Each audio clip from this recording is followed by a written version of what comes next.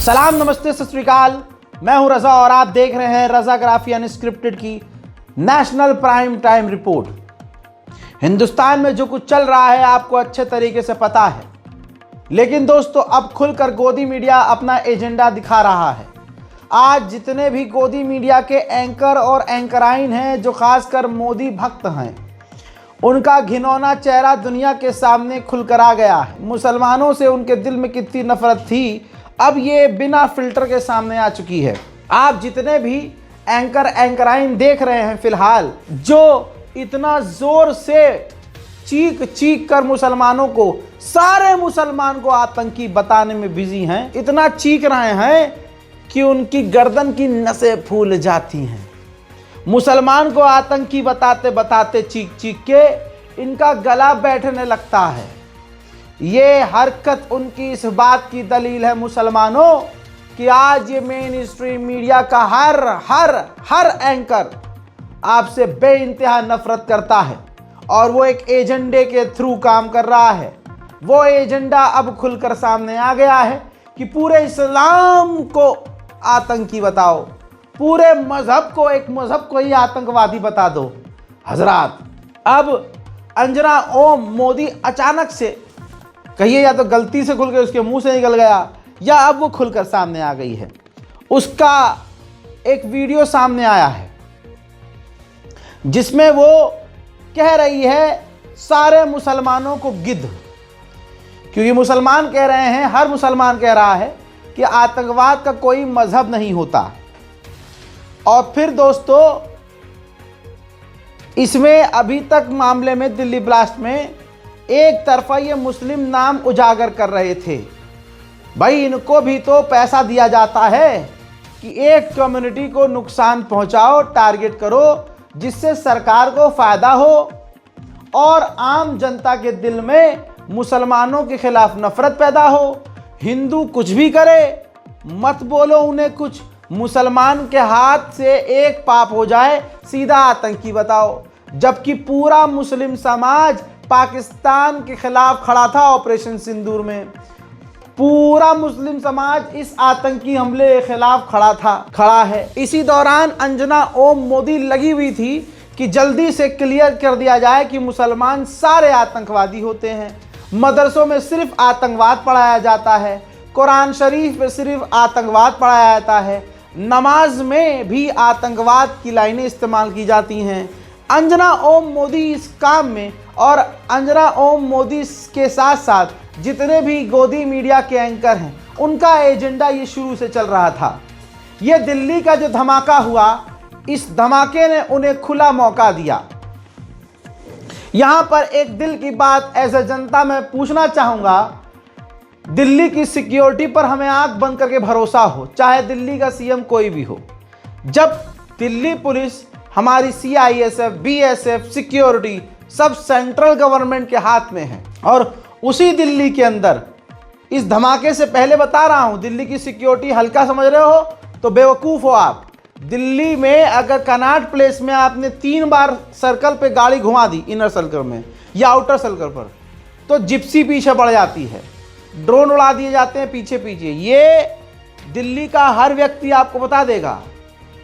वहीं check point इतने हैं कि दिमाग का चूरन हो जाए, और पुलिस जब किसी गाड़ी को ऐसे ही रोक लेती है चेकिंग में, तो कार के अंदर के जो मैट होते हैं ना, वो भी पुलिस वाले हटा के देखते हैं कि कुछ है तो नहीं। सबसे पहले डिग्गी खुलवाई जाती है। अगर आपके डिग्गी में सीएनजी है, सीएनजी का नीचे हाथ डालकर देखा जाता कुछ है तो नहीं। अगर आपकी गाड़ी कोई लग्जरी है, लग्जरी गाड़ी को, इस बात का मैं खुद गवाह हूँ, मेरी गाड़ी की तलाशी ऐसे ली गई थी जब मैं दिल्ली में था, ऐसे, वो भी स्पोर्ट्स कार, ऐसे ली गई थी कि मानो पता नहीं क्या, लेकिन पूरा सहयोग था मेरा, और दिल को खुशी हो रही थी कि अगर इस तरह की सिक्योरिटी हमारी दिल्ली की है, राजधानी की, तो ये बहुत अच्छा है। ये हमारे लिए भाई, अगर 2 मिनट के लिए मुझे गाड़ी रोककर चेक करवानी पड़ रही है, तो यह हमारे मुल्क के लिए कितना ज़रूरी है। राजधानी दिल्ली में ऐसी सिक्योरिटी होनी चाहिए। अब ये अलग सवाल बनता है कि ये अचानक से क्या हुआ कि भाई आतंकवादी 3 घंटे तक गाड़ी ले जाकर विस्फोटक के साथ खड़ा भी करता है वहाँ, फिर वो ले जाकर ट्रैफिक में धमाका भी कर देता है, 3 घंटे वो पार्किंग में बैठा भी रहता है, और मतलब कहाँ कहाँ से निकलती हुई वो फरीदाबाद से दिल्ली घुसने में चेक पॉइंट बहुत होते हैं भाई, वो घूमता फिरता वहाँ पहुँचा है, धमाका हुआ है। ये कैसे हो गया है, इतना आसान कैसे हो गया जिस दिल्ली में इतनी खतरनाक सिक्योरिटी होती है। आगे बोलूँगा तो विवाद हो जाएगा, कुछ लोगों को पिछवाड़े में आग लगेगी और जवाब उनसे बनेगा नहीं। लेकिन जब ये क्लियर होने लगा कि हाँ ये कश्मीर से लिंक है, कश्मीरी कुछ नौजवान हैं, उनका ये काम है, जो पढ़े लिखे हैं, उनकी मानसिकता कोई नई नहीं है, ISIS दाइश आतंकी संगठनों जैसी है। हजरात, ऐसे बहुत लोग पहले भी गिरफ्तार हुए हैं जो काफ़ी पढ़े लिखे रहे हैं, लेकिन आतंकी उन्होंने काम किए हैं। इस्लाम के नाम पर ब्रेन वॉश करके उनसे करवाया गया है, दीन के नाम पर यह काम करवाया गया है। अब ये बात क्लियर हो गई कि हाँ फलाना फलाना आदमी गिरफ्तार हुआ है और उनको जेल में भेजा गया है, और भाई ये आतंकी हमला इस व्यक्ति के द्वारा वर्गला के करवाया गया है और अभी जांच चल रही है। अब जांच के दौरान कोई टिप्पणी साबित नहीं होती। हम ये नहीं कह रहे कि हमला नहीं हुआ या हमला करने वाला मुसलमान नामी नहीं था, लेकिन कोर्ट कानून कहता है एक्यूज होता है, आप क्लियर कट नहीं बोल सकते। लेकिन गोदी मीडिया क्या यहाँ कर रहा था, जैसे ही किसी मुसलमान डॉक्टर को पूछताछ के लिए भी उठाया, उसके खिलाफ नैरेटिव चलाना शुरू कर दिया। एक और डॉक्टर हुआ गिरफ्तार, अल फला यूनिवर्सिटी से हुआ इनका कनेक्शन। डॉक्टर जिसने अपने आप को उड़ाया, उसका ये था मित्र, उसका ये था सहयोगी, साथ में पी थी चाय, एक दिन दोनों ने एक एक कप किया था पेशाब, कुछ भी इनके मुंह में आ रहा है। अच्छा, ऐसे 4 से 5 डॉक्टर जिनको ATS ने उठाया, 7-7 दिन तक जांच पड़ताल की, लेकिन कुछ नहीं मिला, तो भाई उनको बाइज्जत छोड़ दिया कि हाँ भाई आपका कनेक्शन नहीं है तो ज़बरदस्ती तो हम नहीं कर सकते। ये भी ATS ने अपनी एक ईमानदारी दिखाई कि भाई देखो हम ज़बरदस्ती ऐसे नहीं कर रहे किसी के साथ भी कि मुसलमान है तो बस उसको। लेकिन गोदी मीडिया जैसे ही उसको उठाया पूछताछ के लिए, गोदी मीडिया ने अगले 1 घंटे के अंदर पूरा शो चलाकर उस मुसलमान डॉक्टर को, व्यक्ति को आतंकवादी साबित कर दिया। अब भले ही 7 दिन में वो छूट गया, लेकिन भाई आतंकवादी गोदी मीडिया ने साबित कर दिया। इस गोदी मीडिया ने ठीक वैसे ही काम किया जितनी ईमानदारी से ऑपरेशन सिंदूर में इन्होंने ये साबित कर दिया था कि हमने पाकिस्तान के कराची पर कब्जा कर लिया। तो ये उतने ही सच्चे हैं भड़वे। हजरात, इतनी चीज़ें ख़राब हो गई हैं। अब मेरा मानना है ये ख़राब नहीं हुई है, जो होता है अच्छा होता है। अब इस घिनौने चेहरे के साथ अंजना ओम मोदी खुलकर आ गई सामने कि जी ये वही लोग आए जो कहते हैं आतंकवाद का धर्म नहीं होता है। यानी आज अंजना ओम मोदी खुला बोल रही है कि आतंकवाद का मजहब होता है, और वो मजहब किसे कह रही है, कौन सा मजहब कह रही है। मैं आप सबको ईमान का वास्ता, अपने मुल्क का वास्ता, आपको आपके मजहब का वास्ता देता हूँ, इसी वक्त इस वीडियो को शेयर कीजिएगा। और उम्मत अगर बेगैरत नहीं है, अगर हम में कोई गैरत है, अगर हमें अपने कौम से, अपने ईमान से मोहब्बत है, तो आज हर मुसलमान को गोदी मीडिया, आप स्क्रीन पर कुछ गोदी मीडिया के लोगों हैं, पहचान है, आपको आपके ईमान का वास्ता है, आपको परवरदिगार का वास्ता है, आज से इन तमाम चैनलों को देखना बंद कर दीजिए। अल्लाह आप सबको हिम्मत दे। आपके घर के नौजवानों को आप कहो कि देखो इन मीडिया को कभी न देखना। अपने बुजुर्गों से कहिए, बाबा, पापा, चाचा, अब्बू, जो भी आपके घर में बड़े हैं, ये जो चैनल हैं इनके वीडियोस नहीं देखने हैं। आज ये खुलकर सामने आ गए हैं, और पिछले कई सालों से इनकी मेहनत थी गोदी मीडिया की कि मुसलमान को कब मौका मिले कि हम कहें कि ये इस्लाम आतंकवाद है। अब ये कह रही है अंजना ओम मोदी कि मजहब होता है आतंकवाद का। इसका क्या मतलब है, देखिए। सोशल मीडिया पर डॉक्टर प्रियंका शर्मा का नाम लिखकर यह दावा किया जा रहा है कि वो इसी धमाके में शामिल है, लेकिन हम आपको बताना चाहते हैं कि ये दावा पूरी तरह से सही नहीं है। पुलिस के मुताबिक अनंतनाग के जिस डॉक्टर आदिल अहमद राठर ने श्रीनगर में जैश के पोस्टर्स लगाए थे। इसके बाद संदिग्ध डॉक्टर्स का मॉड्यूल पकड़ा गया था। वो डॉक्टर आदिल अहमद राठर अनंतनाग के सरकारी मेडिकल कॉलेज में रोहतक की डॉक्टर प्रियंका शर्मा का सीनियर था और इसी आधार पर डॉक्टर प्रियंका शर्मा को पूछताछ के लिए हिरासत में लिया गया है, लेकिन पूछताछ के बाद उन्हें छोड़ दिया गया है। लेकिन कुछ लोगों की मानसिकता ऐसी है कि वो इसमें गिद्ध की तरह मौका ढूंढते हैं। उन्होंने ये धारणा बना दी कि इस आतंकी हमले की साजिश में एक हिंदू डॉक्टर भी शामिल है। सबसे बड़ी बात यह है कि ये सारे गिद्ध वही हैं जो आतंकी हमलों के बाद ये कहते हैं कि आतंकवाद का कोई धर्म नहीं होता। सुना, ये कह रही है आतंकवाद का मजहब होता है। तो बस इसने इस्लाम नहीं बोला है, पूरा क्लियर कर दिया कि आतंकवाद, क्योंकि वो मुसलमान है, मुसलमान नामी था वो साला आतंकी, उसने ये काम कर दिया। तो अब ये सबको कह रही है, अब ये सीधा इस्लाम पर आ गई। इसलिए मैंने आपको वास्ता दिया है, आप मेहरबानी करके, आपको आपके दीन का वास्ता है, गोदी मीडिया के तमाम चैनल को देखना अभी के अभी बंद करो।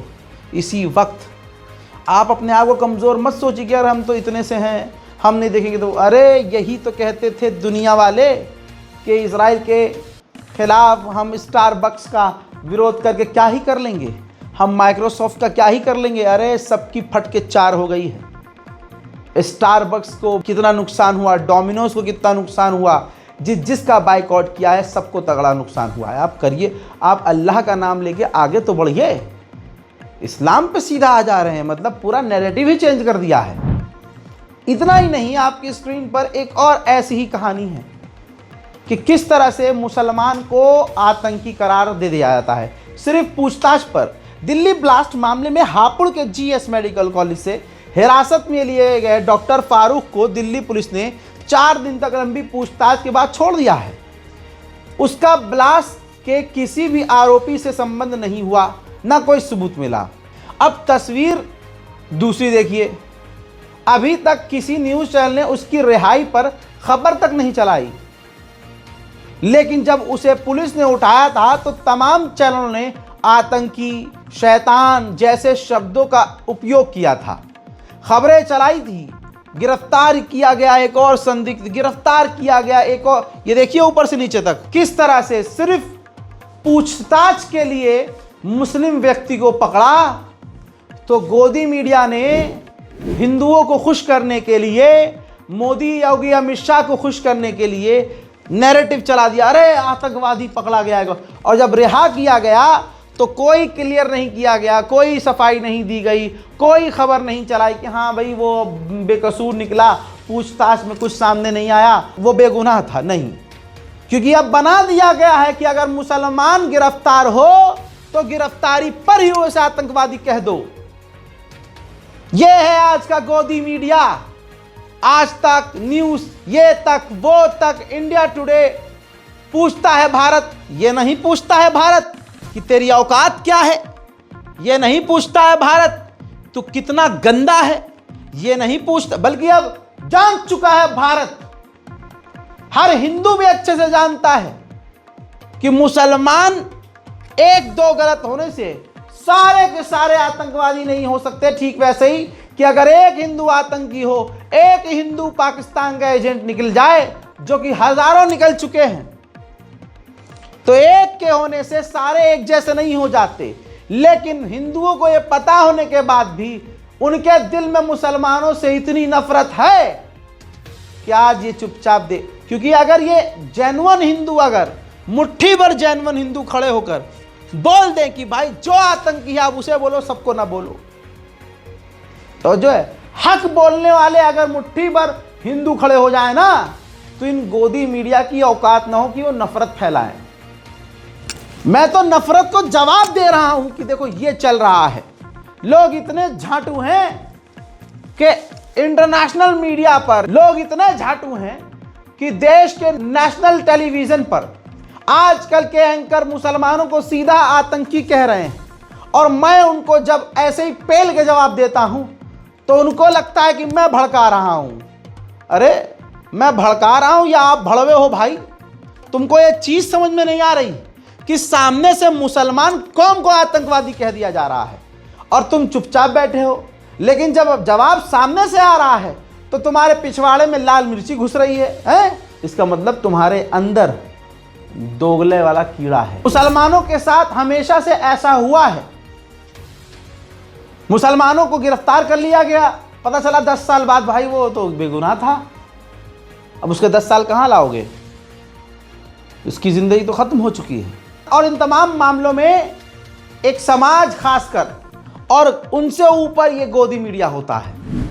भाई 29 साल बाद सबूत दिखा रहा हूं, आज का ही ताजा अपडेट है, जिगर फट जाएगा आपका, सच्चाई है आपके सामने। उत्तर प्रदेश का मामला है। 29 साल बाद बस विस्फोट का मुस्लिम आरोपी बरी। इलाहाबाद हाई कोर्ट ने कहा कि पुलिस नाकाम रही। गाजियाबाद के मोदी नगर में 27 अप्रैल 1996 को बस में एक बम धमाका हुआ। कथित तौर पर आरोपी इलियास की उम्र कैद की सजा अब इलाहाबाद हाई कोर्ट ने रद्द कर दी। इस बम धमाके में 18 यात्री मारे गए थे।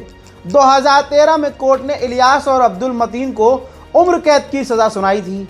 सह आरोपी तस्लीम को बरी कर दिया गया था। हाईकोर्ट के जस्टिस सिद्धार्थ और राम मनोहर नारायण मिश्रा ने सबूतों के अभाव में इलियास की उम्र कैद की सजा रद्द कर दी।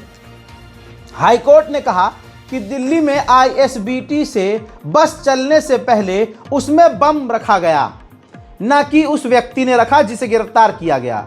लेकिन यह पुष्टि नहीं हुई कि पीछे से वो बम किसने रखा, लेकिन गिरफ्तार किसी और मुसलमान को करके जेल में ठूस दिया। यह हाईकोर्ट ने कह दिया है। बम किसने, आप तवज्जो दिए, बम किसने रखा यह किसी ने बताया ही नहीं, न पुलिस पता लगा पाई। लेकिन बम जो रख के गया और उसके बाद जो मुसलमान आगे से सवार हुआ, बम रखने का इल्जाम उस पर लग गया।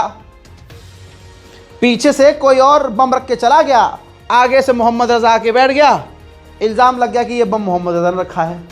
क्यों? क्योंकि यह नैरेटिव पहले से था कि यह काम मुसलमान करेगा। हिंदू तो ईमानदार होता है, इस्लाम ही तो आतंकवाद है। लेकिन 29 साल जेल में सड़ने के बाद मुस्लिम आरोपी बेगुनाह साबित और बरी कर दिया गया। 29 साल अब उसकी जिंदगी में बचा क्या? याद रखिए, खास समाज हर मुसलमान को ऐसे ही देखना चाहता है, ऐसे ही जेल में सड़ो, मरो, बदनाम। इन तमाम चीजों के बाद जो देश में हो रही हैं, अगर कोई मुसलमान पकड़ा गया है तो कोई मुसलमान ये नहीं कह रहा कि भाई उन्होंने आतंकवादी जो हमला किया है वो सही किया है या हम उनके साथ हैं। अरे मैं खुद मुसलमान हूँ भाई, मुझे देखो, मैं कह रहा हूँ अगर कोई मुसलमान, मैंने कल भी कहा था, पूरी चेन बनाओ कौन कौन इसके अंदर लिप्त था, प्रूफ दीजिए, प्रूफ करिए, और जो भी मिले आरोपी, मुसलमान अगर आरोपी मिल रहा है तो भाई उसको इस्लाम के तरीके से सजा दो, जो इस्लाम कहता है। भरी सभा में, बीच सड़क पर, इंडिया गेट पर या लाल किले के सामने उन तमाम आतंकवादियों की गर्दन उड़ाओ। कोई मुसलमान का बच्चा ये नहीं कहेगा कि भैया ये गलत किया तुमने, हम क्या। लेकिन ईमानदारी जरूरी है। आप सोचिए देश कितना सुरक्षित हाथ में। कोई अरे मोदी पे सवाल ना करो, अरे भाई देश की सिक्योरिटी बने, अरे अगला ही तो चीख चीख के कहता था देश सुरक्षित हाथों में है। सुरक्षित, ये देखो राजधानी दिल्ली में, दिल्ली के साकेत और रोहिणी कोट सहित CRPF के 2 स्कूलों को बम से उड़ाने की धमकी मिली। जैश-ए मोहम्मद के नाम से थ्रेट मिला है, ईमेल भेजी गई है, वकील कोर्ट से बाहर निकल के आ गए थे। ये देश सुरक्षित हाथों में है, यह सवाल कोई कर नहीं सकता, वरना आपका भी आतंकवादी लिस्ट में नाम डाल दिया जाएगा सवाल पूछने पर। बहुत जल्द ऐसा कानून भी देखेंगे कि सरकार से सवाल पूछने वाले को आतंकवादी घोषित किया जाएगा। अभी तो बहाना लगाना पड़ता है ना, अरे इसने ये किया, बाद में कानून ही बना देगा अगला सवाल पूछने पे। अब ये पहले भी होता आया है, बहुत सारे मामले आपने देखे होंगे, ज्यादा पुराना मामला नहीं है ये। आप देख लो, न्यूज इंडियन एक्सप्रेस की है। 2 हिंदुओं ने माननीय योगी आदित्यनाथ, देश के एक बड़े प्रदेश के CM साहब हैं, उनको बम से उड़ाने की और राम मंदिर को बम से उड़ाने की धमकी भेजी। ईमेल ID यूज की आलम अंसारी खान 608@gmail.com और ज़ुबैर खान ISI 199@gmail.com। इन्होंने CM साहब को उड़ाने की और अयोध्या को उड़ाने की धमकी दी। UPSTF भाई हलवा है नहीं। आनन फानन गिरफ्तारी की तो पता चला कि जिस व्यक्ति ने, जिन दो लड़कों ने, हिंदुओं ने योगी को उड़ाने की धमकी दी और मंदिर उड़ाने की धमकी दी, एक का नाम ताहर सिंह है और दूसरे का नाम ओम प्रकाश मिश्रा, खूबसूरत और ऊंची जाति, लखनऊ के गोमती नगर से गिरफ्तार किए गए। ऐसी बहुत सारी चीजें देश में हुई हैं। कभी किसी जगह को उड़ाने की धमकी दी गई मुसलमान नाम से, कभी कुछ किया गया, अब निकलता बाद में कौन है, हिंदू। लेकिन गोदी मीडिया की अंजना ओम मोदी आज खुलकर नफरत का सौदा कर रही है और आज खुलकर बता रही है कि वो कभी मुसलमानों के लिए अच्छी और ठीक थी ही नहीं। गोदी मीडिया का कोई भी अगर एंकर है, उसकी चार मीठी बातें सुनकर ये मत सोचना कि ये मुसलमानों को अच्छा मानते हैं। हजरात, इन्हीं ने देश में नफरत फैलाई है और इनका काम नफरत से ही चलता है और ये खुद जहर से बने हुए एक गोश्त के लोथड़े हैं जो दिखते इंसान हैं लेकिन ये अंदर से राक्षस है। दोस्तों, अब ऐसे माहौल में ये सब किया गया है। आतंकवादी भी कितने मादर थे, या क्या कहूँ क्या थे, मैं कहना तो बहुत कुछ चाह रहा हूँ लेकिन कहूँगा नहीं, विवाद हो जाएगा, बड़ा, बहुत ज़्यादा बड़ा हो जाएगा विवाद। पता चले सारे चैनल पर मैं ये नज़र आ रहा हूँ तो आप सोचिए, वो आतंकी हमला भी कर गए। अब इसमें एक एजेंडा ये, अरे ये तो बहुत बड़ा हमला था, वो तो हमारे जवानों ने रोक दिया। अरे बात जवान की नहीं है, ये इसलिए ऐसा बोल रहे हैं लुल्लू क्योंकि पाफा तक बात जा रही है। मतलब देश में बड़ा हमला हो रहा था, वो रोक दिया, छोटा मोटा हो गया तो इसको तो हमें थोड़ा मन, अरे मूसाद से कम है क्या हमारी एजेंसी? अबे इजराइल से हम कमज़ोर हैं क्या? किसी मुल्क से कमज़ोर? भाई हमारा आदमी इतना ख़तरनाक है, एक कॉल पर रूस और यूक्रेन की जंग रुकवा देता है। हमारे देश की सिक्योरिटी इतनी वीक है क्या? नहीं है। अपने ही जाल में तुम खुद फंस जाते हो। लेकिन दिक्कत ये, तुम्हारे सामने जो पत्रकार खड़ा होता है ना टीवी पे, वो तुम्हारा दलाल होता है, इसलिए वो कोई सटीक बात नहीं कहता, तुम्हें खुश करता है, तुम खुश होते हो और इतने पागल हो कि टीआरपी उनकी बढ़ाने के लिए रात भर, घर में अगर 4 टीवी होंगे ना, ये अंधभक्त गोदी मीडिया का चैनल लगा के टीआरपी बढ़ाने के लिए चारों टीवी पर चला के छोड़ देंगे। हालांकि बिल आएगा बहुत ज़्यादा, तो फिर रोएंगे कहाँ से भर है, आज तो और नफरत फैलानी पड़ेगी, फेक न्यूज़ फैलानी पड़ेगी, तभी तो बीजेपी आईटी सेल खुश हो गए, मोटा पैसा देगी। दोस्तों, धीरेंद्र शास्त्री, हिंदू खुद इनका विरोध कर रहा है, जो माँ की पेट से पैदा हिंदू है, जिन्होंने इसकी दुकानें देखी हैं। भाई ये खंडर में सड़ी हुई सी दरी पर बैठकर बच्चों के साथ खेला करता था, बाबा, ये बाबा बनता था। इसकी दुकान अब बड़ी हो गई है और भाई ये जितने भी गंदी फिल्में बनाने वाली लड़कियां, गंदे काम करने वाली लड़कियां और एक्टर जो फुहड़ता जिन्होंने फैलाई है, वही इस वॉशिंग मशीन में जाकर शामिल हो रहे हैं, धुल रहे हैं। और अब इस बाबा की जांच होने के बजाय इस बाबा को माइक दे दिया गया और बाबा जो है मदरसों को आतंकवादी बता रहा है कि आतंकवाद की मशीन है, खूब नफरत फैला रहा है। इस वक्त गोदी मीडिया हो, सरकारी नेता हो, बीजेपी के नेता हो, बाबा, आबा, डाबा, चावा, सब लगे हुए हैं मुसलमान को आतंकी बताओ, हिंदू। अबे भाई, सबसे पहले तो इसे गिरफ्तार करना ये चाहिए धीरेंद्र शास्त्री को कि भाई तेरे पास जब ताकत है, इतनी शक्ति है और तुझे पता था 300 किलो RDX कहाँ से आए, तो तेरा पर्चा वहाँ पर बत्ती बन जाता है क्या? तो धीरेंद्र शास्त्री का पर्चा बत्ती बन जाता है जब 300 किलो RDX पुलवामा में कहाँ से आए, ये सवाल होता है। पहलगांव अटैक से पहले इस धीरेंद्र शास्त्री को हमले के बारे में मालूम था क्योंकि इसके पास शक्ति है, लेकिन इसने बताया नहीं। गद्दार धीरेंद्र शास्त्री के पास ये शक्ति है हनुमान जी वाली कि इसको पहले से सब कुछ पता चल जाता है, लेकिन इसको अहमदाबाद जो फ्लाइट एयर इंडिया क्रैश हुई उसके बारे में पता होने के बावजूद इसने मोदी को फ़ोन नहीं किया।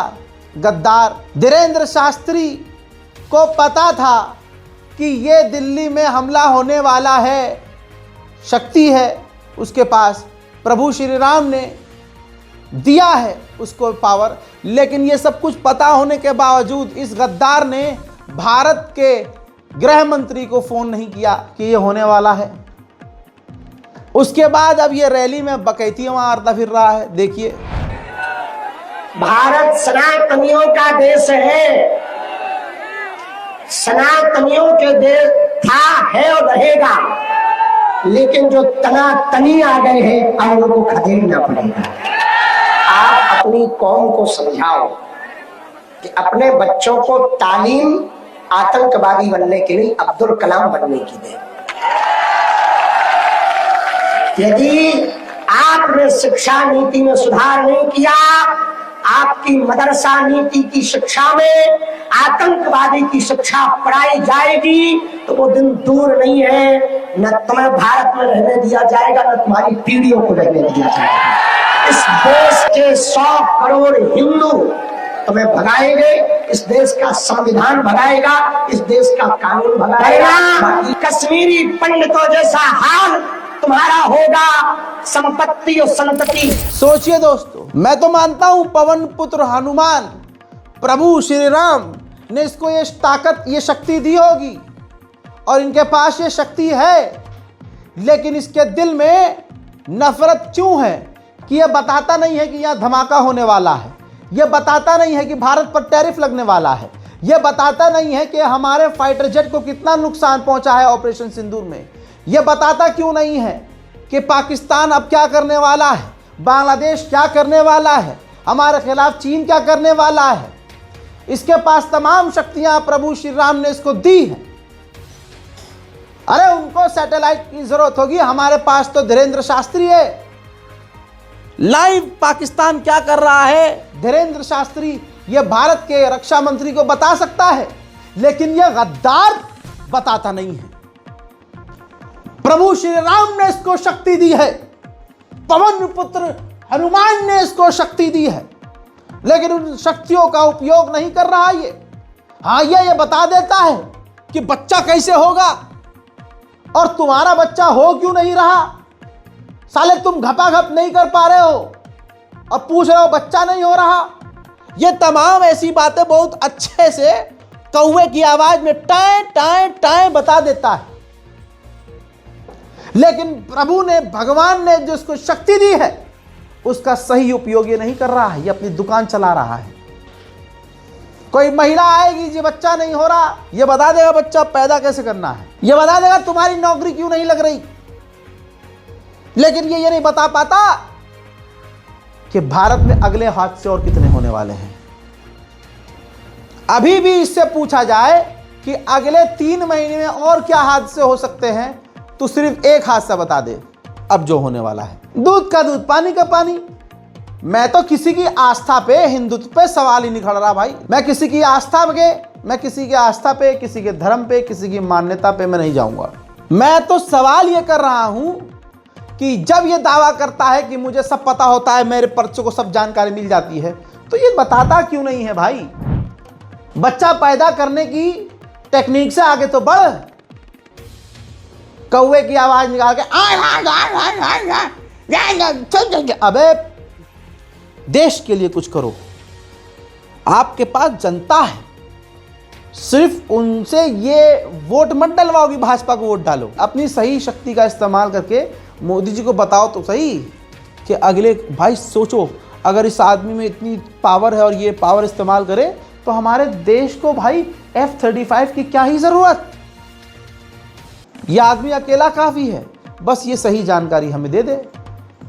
हजरात मोहतरम, इन्हीं तमाम खबरों के साथ आपसे विदा लेना चाहूंगा। अंतर्राष्ट्रीय प्राइम टाइम रिपोर्ट, दुनिया की तमाम बड़ी खबरें मैं लगातार अब रज़ाग्राफी एक्सप्रेस, ये मेरा जो दूसरा चैनल है, इस पर पोस्ट करना शुरू कर चुका हूं। तो आप तमाम लोगों से गुजारिश है कि जल्दी से हमारे इस दूसरे चैनल रज़ाग्राफी एक्सप्रेस पर जाइए, तुरंत सब्सक्राइब कीजिए और दुनिया की तमाम बड़ी खबर आप इस पर देखिए। तुरंत प्रभाव से सब्सक्राइब करने वालों को मोदी जी के रोके गए 15 लाख रुपए सीधा उसके अकाउंट में दिए जाएंगे। अच्छा, यहां पर कितनी आपको बुरा लग गया है, ये झूठ बोलता है। मैं झूठ बोल रहा हूं? और अगले ने जब कहा था 15 लाख दूंगा सबके अकाउंट में 15 लाख, तो मान गए थे। समझ रहे हो? तो ये दोगले मिजाज नहीं बनो यार। वो भी झूठ बोल रहा था, मैं भी मजाक कर रहा हूं, तो उसके झूठ पे मान गए और मेरे मजाक पे तुम मान नहीं रहे हो।